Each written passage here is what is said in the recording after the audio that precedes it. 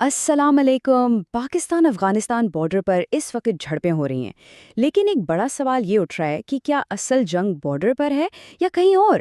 آج ہم ایک وی لاگر کے تجزیے کو سمجھیں گے جو بتاتا ہے کہ یہ باہر کا مسئلہ اصل میں پاکستان کے اندر کی ٹوٹ پھوٹ کو کیسے سامنے لا رہا ہے۔ تو پوائنٹ یہ ہے، کیا یہ صرف ایک بارڈر کی لڑائی ہے یا پھر اس کے پیچھے کوئی گہری اندر کی سیاسی کشمکش چھپی ہوئی ہے؟ چلیں اس دلیل کو تھوڑا اور کھول کر دیکھتے ہیں۔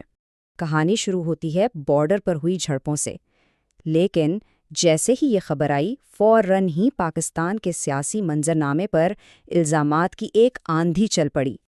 اس پورے تنازع کو فوری طور پر ایک سیاسی ہتھیار بنا لیا گیا، مطلب جس نے بھی حکومت کی پالیسی سے تھوڑا سا بھی اختلاف کیا اس پر سیدھا غداری کا لیبل لگا دیا گیا۔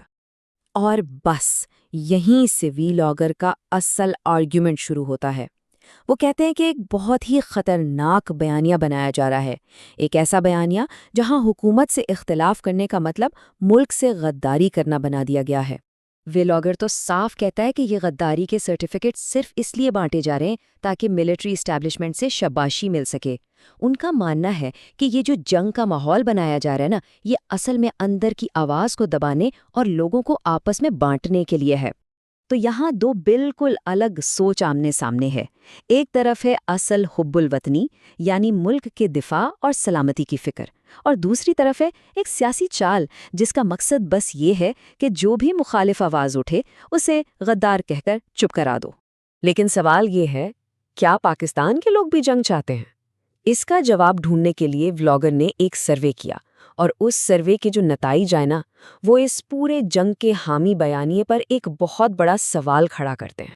تو سوال بالکل سیدھا سا تھا، پاکستان کے لوگ کیا چاہتے ہیں، مذاکرات یا جنگ؟ چلیں دیکھتے ہیں کہ لوگوں نے کیا فیصلہ سنایا۔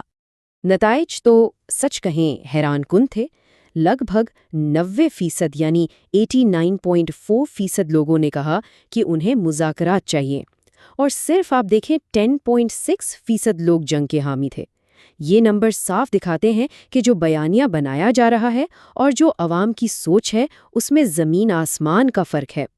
اس نتیجے کے بعد وی لاگر ایک بہت ہی آپ سمجھیں چپتا ہوا سوال پوچھتا ہے کہ تو کیا اس کا مطلب یہ ہوا کہ پاکستان کے 90% لوگ غدار ہیں؟ یہ ایک ایسا سوال ہے جو غدار والے پورے بیانیے کی بنیادی ہلا دیتا ہے۔ لیکن کیا اس کہانی میں کوئی بیرونی اینگل بھی ہے؟ وی لاگر کا دعویٰ ہے کہ امریکہ جیسے ملک اپنے اسٹریٹجک مفاد کے لیے اس پورے تنازع پر اثر انداز ہو رہے ہیں۔ وی لاگر اس کے لیے ایک پوری ٹائم لائن سامنے رکھتا ہے۔ پہلے ڈونلڈ ٹرمپ کہتے ہیں کہ انہیں افغانستان نے بگرام ایئر بیس چاہیے۔ اس کے کچھ عرصے بعد پاک افغان بارڈر پر جھڑپیں ہوتی ہیں۔ پھر اس موجودہ تنازع میں امریکہ پاکستان کی حمایت کرتا ہے، اور اب ڈونلڈ ٹرمپ پاکستانی قیادت کی تعریف کر رہے ہیں۔ سوال یہ ہے، کیا یہ سب واقعی اتفاق ہے؟ اب آتے ہیں اس تجزیے کے شاید سب سے چونکا دینے والے حصے کی طرف۔ یہاں وی لاگر حکومت کو آئینہ دکھاتا ہے۔ وہ طالبان پر لگائے گئے الزامات کو ایک طرف رکھتا ہے اور دوسری طرف خود حکومت کے اپنے اقدامات کو رکھتا ہے۔ موازنہ بہت زبردست ہے۔ ولاگر کا نقطہ یہ ہے کہ جن چیزوں پر حکومت طالبان کو تنقید کا نشانہ بنا رہی ہے، وہی سب کچھ تو یہاں بھی ہو رہا ہے۔ طالبان پر الزام ہے کہ وہ ایک غیر منتخب مسلط کردہ حکومت ہے، تو پاکستان میں 47 کی حکومت کے الزامات ہیں۔ وہاں خواتین پر ظلم کی بات ہے تو یہاں ڈاکٹر یاسمین راشد جیسی خاتون سیاستدانوں کی گرفتاریاں سامنے ہیں۔ تو یہ بالکل ایسا ہے جیسے کوئی دوسرے کو آئینہ دکھا رہا ہو اور اس میں اپنا ہی عکس نظر آ جائے۔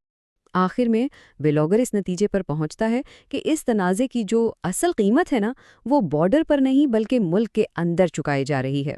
اصل جنگ تو اس کے مطابق معاشی اور سماجی محاذ پر لڑی جا رہی ہے۔ ان کا کہنا ہے کہ اس سب سے ہو کیا رہا ہے؟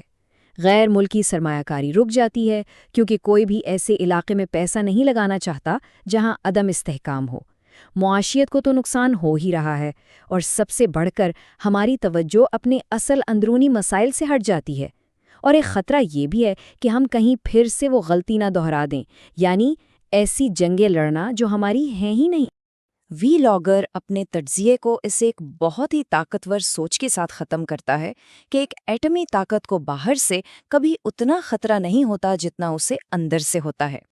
اور یہی سوال ہم سب کے لیے بھی ہے کہ جب کسی قوم کا سب سے بڑا خطرہ اندر سے ہو تو پھر باہر کی جنگ کا مقصد کیا ہے؟